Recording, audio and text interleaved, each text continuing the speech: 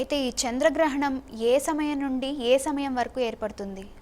ఈ చంద్రగ్రహణము సాధారణంగా ఈసారి మధ్యాహ్నం నుండి ఏర్పడుతూ ఉన్నదమ్మా.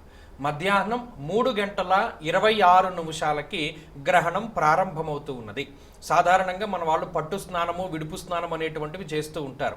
3:26 పట్టు స్నానాన్ని చేయాలి, అంటే ఆ లోపులోనే పట్టు స్నానం చేసుకోవాలి. అలాగే సాయంత్రం 6:46 ప్రాంతం వరకు కూడా ఈ గ్రహణం ఉంటుంది. ఆ సమయం దాటిన తర్వాత మాత్రమే విడుపు స్నానం చేయాలి. మధ్యలో ఉండేటువంటి కాలం మోక్షకాలంగా చెప్తారు. ఆ సమయంలో ఈ గ్రహణ సంబంధమైనటువంటి నియమాలు ఏవైతే మనకి ధర్మశాస్త్రాల్లో చెప్పబడి ఉన్నాయో వాటిని మనం ప్రత్యేకించి పాటించవలసి ఉంటుంది. ఈ చంద్రగ్రహణం వల్ల ఏ ఏ రాశులకు ఎటువంటి ప్రభావం చూపుతుంది గురుగారు?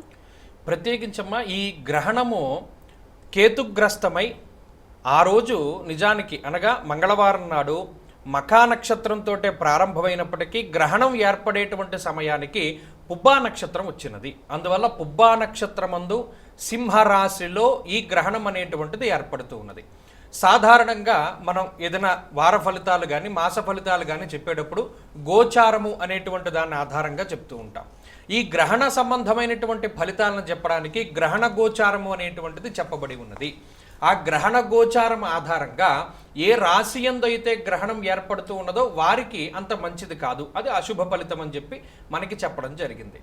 అలాగే ఈ రాశిలో గ్రహణం పట్టడం వల్ల 12 రాశుల వారికి కొన్ని ఫలితాలు చెప్పుకుంటూ వచ్చారు. ఉదాహరణకి ఈ గ్రహణం యోగించేటువంటి రాశులు కొన్ని, యోగించినటువంటి రాశులు కొన్ని, మిశ్రమంగా ఉండేటువంటి రాశులు కొన్నిగా మనకి ఉంటూ ఉంటాయి. నిజానికి సింహరాశి వారికి గ్రహణం పడుతూ ఉన్నది కాబట్టి వారికి ప్రతికూలమైనటువంటి ఫలితము, కన్యారాశి వారికి వ్యయస్థానమందు ప్రతికూలమైనటువంటి ఫలితము, వృషభ రాశి వారికి చతుర్థ స్థానమందు ప్రతికూలమైనటువంటి ఫలితము, మకర రాశి వారికి అష్టమ స్థానమందు ప్రతికూలమైనటువంటి ఫలితము. అనగా ఈ 4 రాశుల వారికి ఈ గ్రహణము కొంత ప్రతికూలమైనటువంటి ఫలితాలని ఇస్తూ ఉన్నది.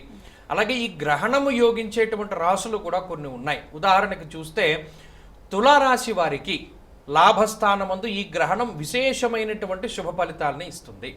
అలాగే వృశ్చిక రాశి వారికి దశమ భావమందు ఏర్పడేటువంటి గ్రహణం మంచి శుభ ఫలితాలని ఇస్తుంది. అలాగే మీనరాశి వారికి 6వ స్థానమందు ఏర్పడుతూ ఉన్నటువంటి గ్రహణము విశేషమైనటువంటి శుభ ఫలితాన్ని ఇస్తుంది. ఇక చివరాకరణ మిథున రాశి వారికి 3వ స్థానంలో కూడా ఈ గ్రహణం యోగించడానికి అవకాశం ఉంటుంది. అంటే తులారాశి, వృశ్చిక రాశి, మీనరాశి, మిథున రాశి వారు ఈ గ్రస్తోదయ కేతుగ్రస్త చంద్రగ్రహణం వల్ల లాభాన్ని పొందబోతూ ఉన్నారు. ఇక ఈ 8 రాశులు కాక తక్కినటువంటి 4 రాశులు ఏవైతే ఉన్నాయో వారికి సమ లేదా మిశ్రమమైనటువంటి ఫలితాన్ని చెప్పడం జరిగింది.